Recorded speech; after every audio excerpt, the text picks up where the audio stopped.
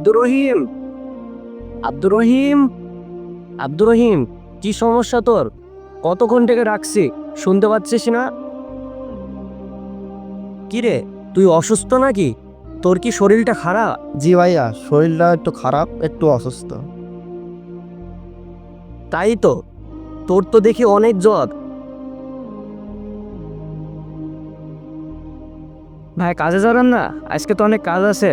হ্যাঁ, কাজে তো যাব, কিন্তু আব্দুর রহিমের তো অনেক জ্বর, ওর তো শরীরটা অনেক খারাপ।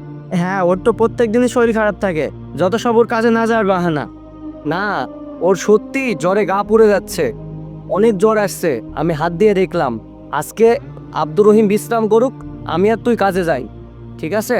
না ভাইয়া, তাহলে তুমি একা যাও, আমি যাব না। না ভাইয়া, আমার সমস্যা নাই, আমি যেতে পারবো কাজে, চলেন। কিন্তু তোর তো অনেক জ্বর, আর জ্বরে তো তোর গা পুড়ে যাচ্ছে। না ভাইয়া, সমস্যা নেই, আমি আল্লাহর রহমতে কাজ যেতে পারবো, চলেন। আচ্ছা আব্দুর রহিম, তাহলে চল আমরা আস্তে আস্তে কাজে যাই। আচ্ছা চলেন। আচ্ছা ভাইয়া, চলেন তাহলে।